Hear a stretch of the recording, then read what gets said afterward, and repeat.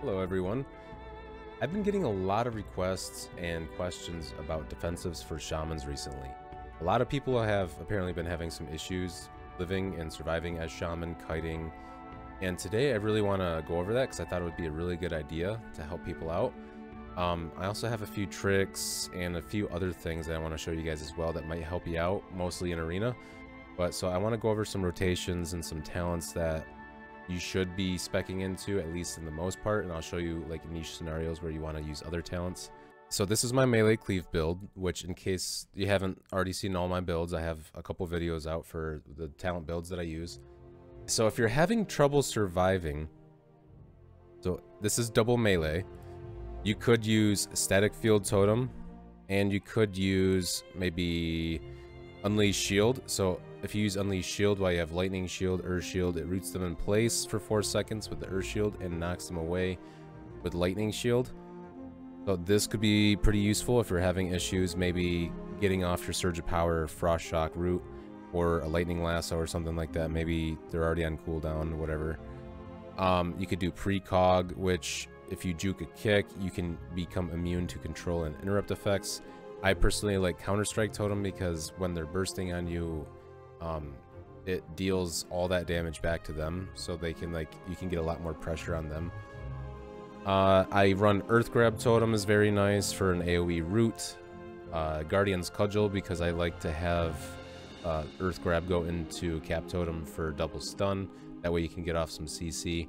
Spirit Walker's Grace and Spirit Walker's Aegis is very nice because you can use this and become immune to silence effects, so you can get off more CC. You got to be careful though because you can still get stunned, so usually you want to try to wait until they already get their stuns out and you're mostly DR'd, and then you can use this and then basically get a free cast off for a CC.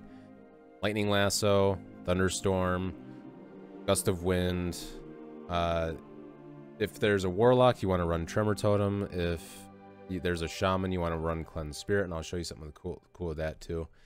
But obviously this is a melee cleave build, so you're not going to be using Tremor Totem. So Primordial Bond, you reduce your damage taken by 5% every time you have an elemental. So if you're using this Primal Elementalist build, this is a very good talent. Pair that with Ancestral Wolf Affinity, where you can cast totems while in Ghost Wolf, and pair that with Spirit Wolf, where you gain movement speed and damage reduction the longer you're in Ghost Wolf. So this could be a very good way to help you get out. You obviously got Astral Shift. And the best part about this Primal Elementalist build is you get a new ability for your Earth Elemental called Pulverize, which I have here in a macro. And again, I have another video out for macros, add-ons, everything like that, if you guys need help with the macros. But the thing that's really nice about this Pulverize is it's a physical stun.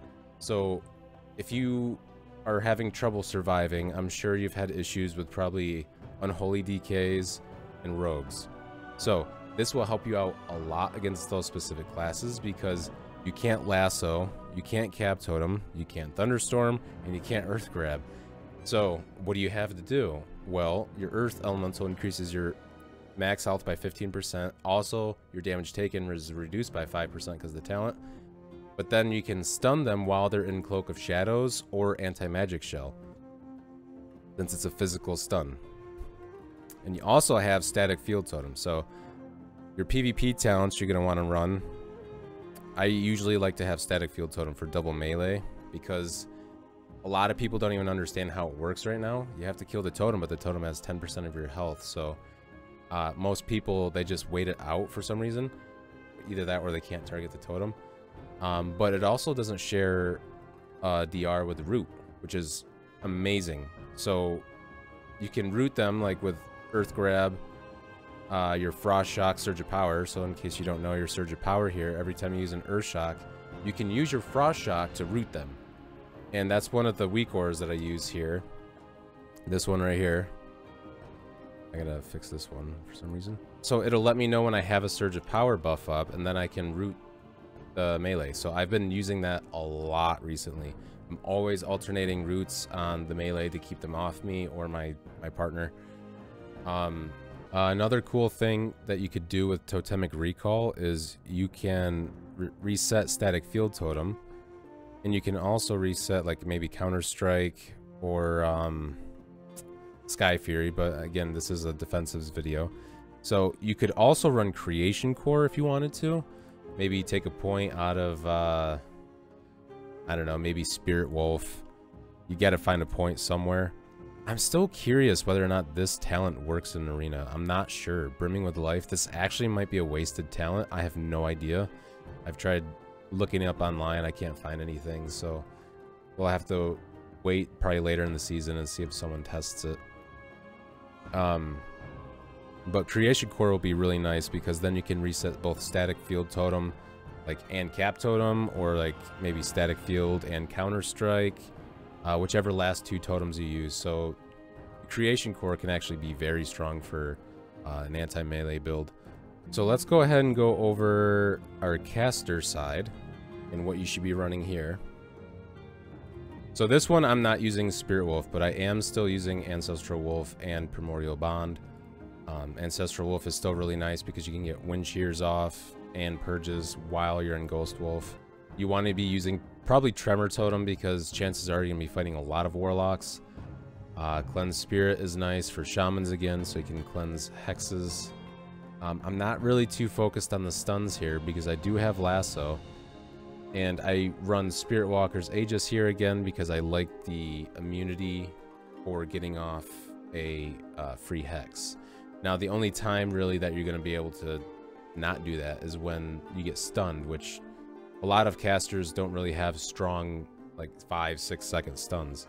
So chances are even with that, you'll still be able to get this off. But I'm also running Reduce Cooldown on Hex, especially with Spirit Walker's Aegis, because this will allow me to get more CC off and keep the casters from dealing dot damage. Because again, you're going to be probably fighting mostly Warlocks and Shadow Priests. I run Elemental Warding here a little bit for some reduced magic damage taken. I would like this to be 2. There's no other point I can steal from anywhere, so I like 2% is decent. Yeah, you also have Nature's Guardian, so when you're brought below 35% health, you instantly heal for 20%. We run Earth Shield and run that with Elemental Orbit, so that way we can have Lightning and Earth Shield on. You could run Cap Totem, but since you're not really running any roots besides Surge of Power, Frost Shock, like you're not running Earth Grab, you're not running Static Field Totem, it's going to be a lot harder to pull off getting a Cap Totem stun. So now your PvP talents, you obviously want to run Grounding Totem, but since you also have Totemic Creation Core and Totemic Recall, which you don't have to run Creation Core, but you can Totemic Recall the Grounding Totem, and you can reset it, and then you can use it again. So if you're having trouble against casters, use your Grounding Totem when they're bursting, reset it, wait until they're hitting you with more damage, and then use it again.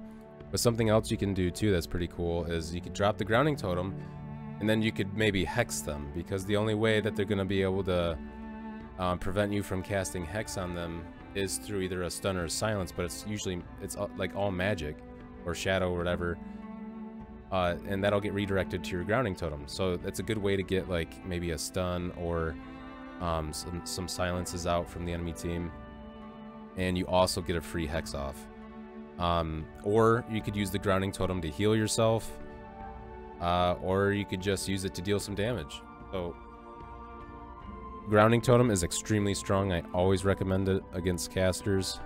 You could run maybe Spectral Recovery, since you're going to be able to line of sight more, just like they're going to be able to do. Again, you got Unleashed Shield you could run. You got Swelling Waves for healing yourself, but if you're going to run Swelling Waves, I would probably also run Focused Insight and maybe Primordial Fury here, because this will also increase your critical heals, and also Refreshing Waters. So if you're going to do lots of self-healing, like maybe you're doing Battlegrounds or just world PvP content, I would definitely recommend Refreshing Waters, Primordial Fury, Focused Insight, and probably Swelling Waves. Again, you can run like Precog, so this will get you immunity to control and interrupt effects. Alright, so one last thing I want to talk about is click casting. So Blizzard and Dragonflight added a new option called click casting. So if you go to the options and you click, or you type in click, and then under key bindings, click casting, it opens up this new menu. Now, this menu is really cool because it's basically like Healbot, but you can use it with the built-in party frames. And so there's really only 3 abilities that I'm going to be using on allies. Healing Surge, Burst Shield, and Cleanse Spirit. So the reason I like this so much is so like when my party frames are up, I can do off heals by literally just clicking on their frame and it doesn't target them. So I could just cast while focusing on my target. But the really cool thing is like Cleanse Spirit. So if like your healer gets hexed, I can cleanse that real fast by literally just clicking the middle mouse button on their party frame. And I also have Earth Shield that I usually try to keep up on myself and my ally. And then one last thing I want to go over is this new add-on I just installed, Diminish DR Tracker. And if you type in /diminish after you download it and reload your UI, it'll bring you to this menu. And it's kind of hard to see because like I can't move this window while the stuff's in the background, so you gotta kind of bear with me here. If I toggle test mode and you look in the background here, you can see that there's a couple icons that pop up. These show you the DRs that you're currently having. So these are the ones on myself. I can't show the ones on the arena frame because I'm not in an arena. But you could also do like your focus. So you have yourself, your focus, your target, arena. You can also do it for like battlegrounds. And if you see here, you can see I'm on my focus target. But another cool thing is like if you right click under the enabled categories, you can actually choose the icon you want too. So what I did was I went through, I changed all the icons for all of these DRs to fit something that my shaman will relate to. So like for stuns, I have a lasso DR. Roots, I have earth grab. And the cool thing about this too is it shows you how many stacks there are. So like under stuns here, it tells you stuns, it has the lasso icon, and it says 3. And so that means that there's like 3 DRs on the person. So you don't want to stun them anymore because then you're just going to waste it. So this is a really handy add-on. I can't wait to use it in Arena because tracking DRs has been an ongoing thing, but it hasn't been too difficult since me and like maybe the Warlock and the Evoker don't really share strong DRs.